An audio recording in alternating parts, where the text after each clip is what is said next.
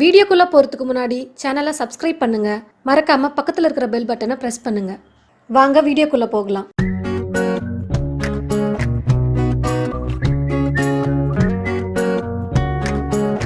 Welcome to Priya's kitchen. மாங்காய் சாதம் எப்படி செய்யறதுன்னு பார்க்கலாம். நான் மாங்காய் சாதம் செய்யறதுக்கு இந்த மாங்காய் தான் எடுத்து வச்சிருக்கேன். இதை ஒட்டு மாங்கான்னு சொல்லுவாங்க. குண்டு மாங்காயில் சாப்பாடு செஞ்சோம்னா ரொம்ப புளிப்பாக இருக்கும், சாப்பிடவே முடியாது.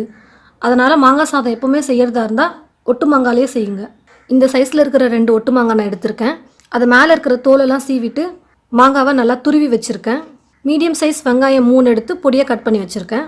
பூண்டு கொஞ்சம், இஞ்சி துருவி வச்சுருக்கிறது, கருவேப்பிலை கொஞ்சம், 3 மிளகாவை நான் பொடியாக கட் பண்ணி வச்சுருக்கேன். பச்சை மிளகா 3, கடலைப்பருப்பு 1 ஸ்பூன், உளுத்தம்பருப்பு 1 ஸ்பூன்.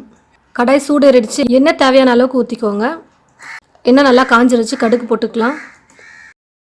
கடுகு நல்லா பொரிஞ்சதும் உளுத்தம்பருப்பு கடலைப்பருப்பு 2ஐயும் போட்டு நல்லா பொன்னிறமாக வறுத்துக்கலாம்.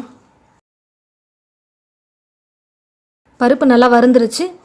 எடுத்து வச்சிருக்கிற பச்சை மிளகாவையும் காஞ்ச மிளகாவையும் போட்டுக்கலாம். மிளகாவும் வறுந்துருச்சு. அது கூடவே பூண்டு, துருவி வச்சிருக்க இஞ்சி, கருவேப்பிலை எல்லாத்தையும் போட்டு நல்லா வதக்கிக்கலாம். எல்லாம் நல்லா ஃப்ரை ஆகிடுச்சு. கட் பண்ணி வச்சுருக்கிற வெங்காயமும் போட்டு நல்லா பொன்னிறமாக வர வரைக்கும் நல்லா வதக்கிக்கலாம். சும்மா ஒரு சிட்டிக்கு மஞ்சள் தூள் போட்டுக்கலாம்.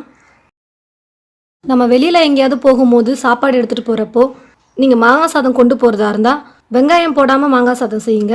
அப்போனா கெட்டு போகாமல் இருக்கும்.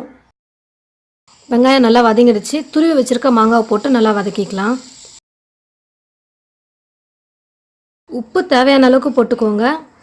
இது கூட நம்ம சாதமும் போட்டு மிக்ஸ் பண்ணுறதுனால உப்பு கொஞ்சம் நல்லா தேவையான அளவுக்கு போட்டுக்கோங்க. சர்க்கரை 1 ஸ்பூன் போட்டுக்கலாம்.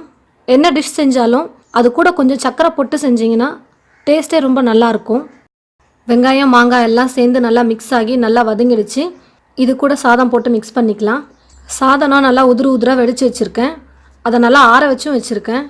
சூடாக போட்டு மிக்ஸ் பண்ணோம்னா சாதம் ஈஸியாக உடஞ்சிரும். அதனால் நான் ஆற வச்சு எடுத்து வச்சுருக்கேன். சாதத்துக்கு எவ்வளோ தொக்கு வேணுமோ அந்த அளவுக்கு நம்ம மாங்காய் தொக்கு போட்டு மிக்ஸ் பண்ணிக்கலாம். சாதமும் மாங்காய் தொக்கும் நல்லா மிக்ஸ் ஆகிற அளவுக்கு நல்லா மிக்ஸ் பண்ணிக்கோங்க. எல்லாத்தையும் நான் நல்லா மிக்ஸ் பண்ணிட்டேன். மாங்காய் சாதம் ரெடி ஆகிடுச்சு. சம்மர் டைமில் மாங்காய் ரொம்ப அதிகமாக கிடைக்கும், ரேட்டும் கம்மியாக இருக்கும். கண்டிப்பாக மாங்காய் சாதத்தை நீங்களும் வீட்டில் ட்ரை பண்ணி பாருங்கள். ட்ரை பண்ணி பார்த்துட்டு எப்படி இருக்குன்னு கமெண்டில் சொல்லுங்கள். மற்றவங்களும் பார்க்கணுன்னு நினச்சிங்கன்னா ஷேர் பண்ணுங்கள். பிரியாஸ் கிச்சன் சேனலில் மறக்காமல் சப்ஸ்கிரைப் பண்ணுங்கள். தேங்க்யூ.